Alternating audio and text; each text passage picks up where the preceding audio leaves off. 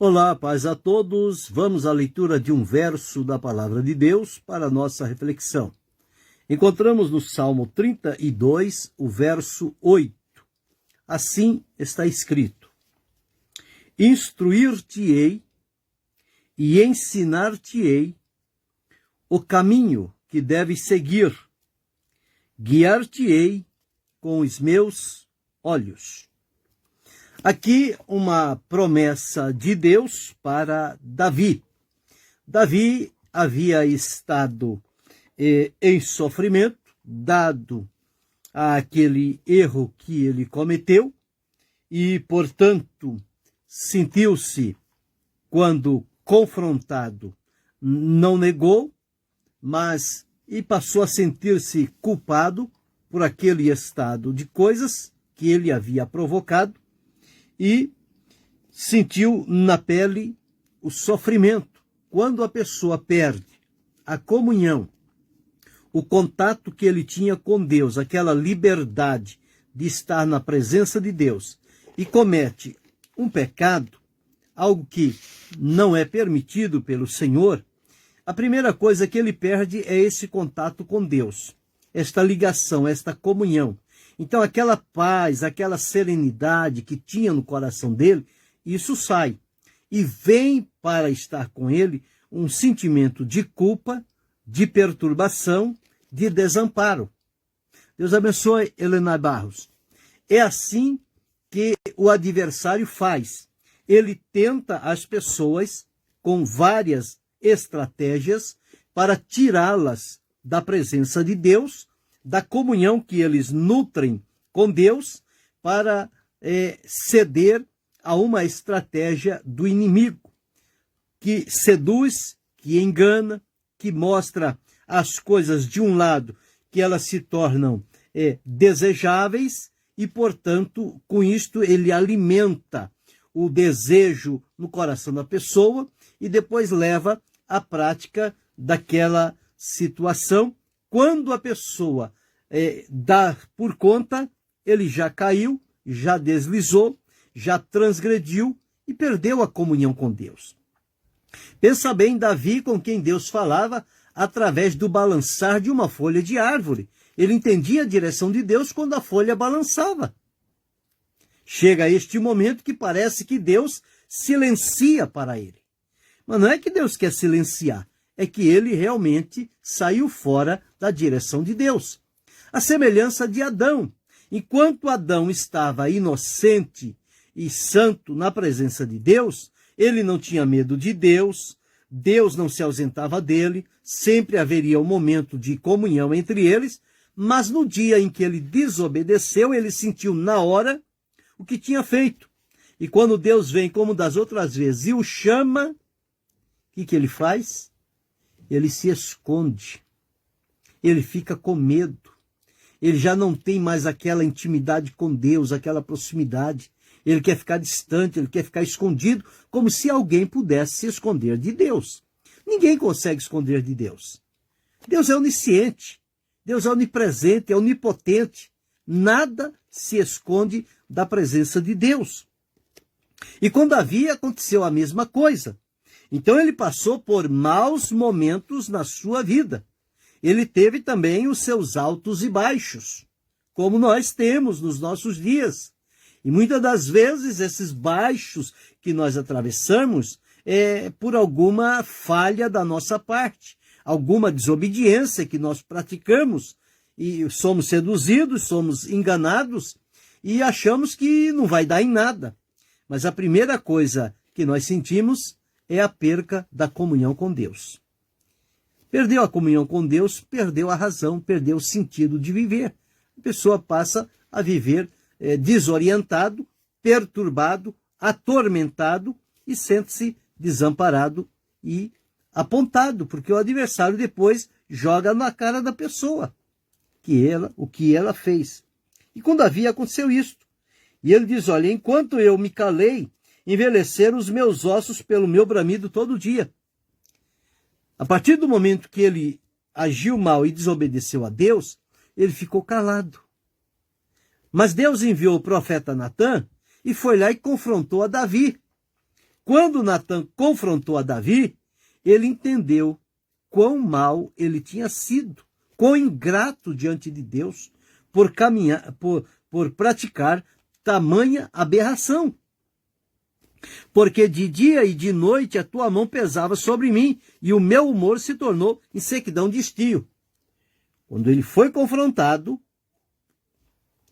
pelo profeta Natã, ele então chegou-se diante de Deus, reconheceu que ele tinha pecado diante de Deus e confessou.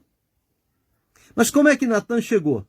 Natã não chegou lá de longe e disse: Davi, você é um pecador, você é um transgressor, você pecou contra Deus. Não. Natã sabia que com Davi ele precisava confrontá-lo, mas de maneira que Davi, por si mesmo, tivesse o discernimento. E o que foi que Natã fez? Natã contou uma parábola. E disse: Davi, tinha um homem um soberano, ele tinha vários animais e ovelhas. E tinha um seu vizinho que tinha uma única ovelha. E para fazer o banquete, ele pegou a única ovelha do vizinho e ofereceu no sacrifício. E esse homem é digno do que, Davi? Esse homem é digno de morrer. Não deveria ter. Se ele tinha tantas, por que ele foi justamente pegar a do homem que só tinha uma? Aí Natã disse: Davi, tu és este homem. Aí caiu entre si, ele reconheceu que tinha pecado contra Deus. E aqui diz, olha, confessei-te o meu pecado e a minha maldade não encobri. Mas ele só confessou depois que ele foi confrontado. Antes dele ser confrontado, ele estava caladinho, mas caladinho ele estava sendo corroído. Olha, envelheceram os meus ossos pelo bramido. O peso da mão aumentava cada vez mais. O humor dele tornou em sequidão de estio. Perdeu o sentido da vida. Mas quando confrontado, ele confessou. Ele dizia: eu confessaria ao Senhor as minhas transgressões e tu perdoaste a maldade do meu pecado. Uma vez que foi confessado, a palavra de Deus tem a promessa de que Deus perdoa. Diz: aquele que encobre as suas transgressões nunca prosperará. Mas o que as confessa e deixa alcançará misericórdia. Então o segredo está em reconhecer que errou, confessar a Deus e prometer não recair mais naquele mesmo estado. A palavra de Deus lá na primeira epístola de João, no capítulo 1 e o versículo 9, diz: se confessarmos os nossos pecados, ele é fiel e justo para nos perdoar os pecados e nos purificar de toda iniquidade. Bem, depois que Davi confessou que Deus perdoou, Deus restaurou-lhe a comunhão, restaurou-lhe a presença do Espírito Santo, o gozo da salvação, conforme ele diz no Salmo 51. No pedido dele, ele dizia o seguinte: faze-me ouvir júbilo e alegria, esconde a tua face dos meus pecados, cria em mim, ó Deus, um coração puro. Aquele coração que tinha sido manchado de impureza, ele estava pedindo agora que Deus o purificasse. Cria em mim um coração puro e renova em mim um espírito reto. Não me lances fora da tua presença. Ele sentiu, estava distante. E não retires de mim o teu Espírito Santo. Torna a dar-me a alegria da tua salvação e sustém-me com o espírito voluntário. Então veja que não vale a pena desobedecer a Deus e transgredir contra a sua vontade e os princípios que estão estabelecidos na sua palavra, porque o peso é muito grande, é muito sofrido. Mas, contudo, quando se reconhece e se reconsidera diante de Deus através da confissão, há o perdão. Então, uma vez perdoado, o Senhor diz agora, no verso 8 que li: instruir-te-ei e ensinar-te-ei o caminho que deves seguir e guiar-te-ei com os meus olhos. Davi, agora, 3 coisas Deus se propôs a fazer para com Davi: instruir, ensinar e guiar. Era o que ele precisava para a sua vida. Instruir-te-ei. ou seja, o Senhor iria dar a ele sabedoria, dar a ele entendimento, dar a ele compreensão, a instrução do Senhor para a vida. Segunda coisa que Deus disse é que ia ensinar o caminho que ele devia seguir. Jesus disse que eu sou o caminho, a verdade e a vida. Em Isaías 30, 21, está escrito: e os teus ouvidos ouvirão a voz do que está por detrás de ti, dizendo: este é o caminho, andai por ele, sem vos desviardes, nem para a direita e nem para a esquerda. Então, o Senhor diz: ensinar-te-ei o caminho que deves seguir. E uma vez que você foi instruído, tomou ciência do propósito, da vontade de Deus em refazer e restaurar a sua vida, agora eu vou te ensinar o caminho. E ao ensinar o caminho, eu vou te guiar com os meus olhos.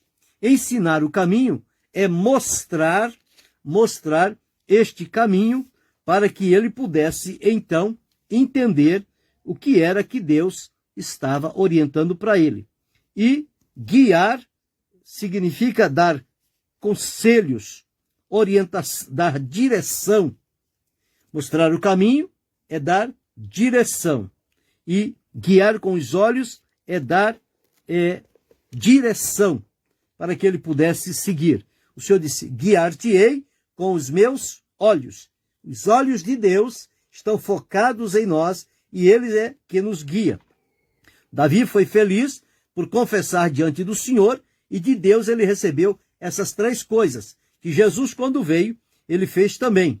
Ele deu instrução, ele ensinou e ele guiou os seus discípulos por onde eles deveriam caminhar, orientando-os para que, na sequência, eles dessem continuidade à obra de Deus. Veja o que Paulo disse sobre a Escritura em 2 Timóteo, capítulo 3, o versículo 16, está escrito assim, olha: toda a Escritura divinamente inspirada é proveitosa para ensinar, para redarguir, para corrigir, para instruir em justiça. E aqui vemos que Deus disse: instruir-te-ei, ensinar-te-ei o caminho e guiar-te-ei com os meus olhos. Então, o que Deus fez a Davi, Jesus fez com os discípulos e a palavra de Deus faz hoje com cada um de nós. Então, eu e você precisamos ser instruídos com a palavra de Deus, ensinados por ela, instruídos e guiados pela palavra de Deus. Então, nós encontramos aqui três coisas que Davi recebeu da parte de Deus. Ele recebeu a instrução, o ensino e a direção. Deus o guiou pelo caminho por onde ele deveria ir. Então nós, às vezes, podemos incorrer também em alguma falha, não digo semelhante a esta de Davi, mas todos nós estamos sujeitos se não tivermos cuidado e não vivermos com discernimento e prudência. As coisas podem acontecer. Elas vêm de maneira sorrateira, elas vêm oculta, com uma aparência agradável e desejável, e quando a pessoa não percebe, ela cai no engodo, e quando vai ver, já está enlaçado, já incorreu em falta e diante da presença de Deus. Transgrediu. Precisa retornar para pedir o perdão e receber de Deus a restauração para a vida. Mas o que me chamou a atenção são as três coisas que Deus fez com Davi. Deu a ele a instrução, ensinou o caminho e o guiou com os seus olhos. São estas coisas que Deus faz comigo, faz com você, faz com cada um de nós.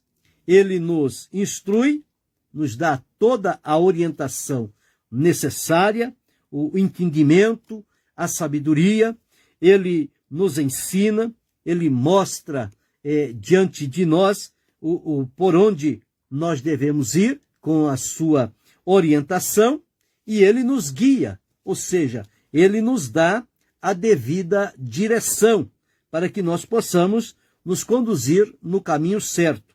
Então, a nossa reflexão para hoje é esta: deixar-nos ser instruídos, ensinados e guiados pelo Senhor. 3 coisas importantes para a nossa vida: ter a instrução de Deus, ser ensinado no caminho que devemos andar e sermos guiados pelo Senhor. Nós temos o Espírito Santo que nos guia. O Senhor Jesus diz que Ele nos guia em toda a verdade.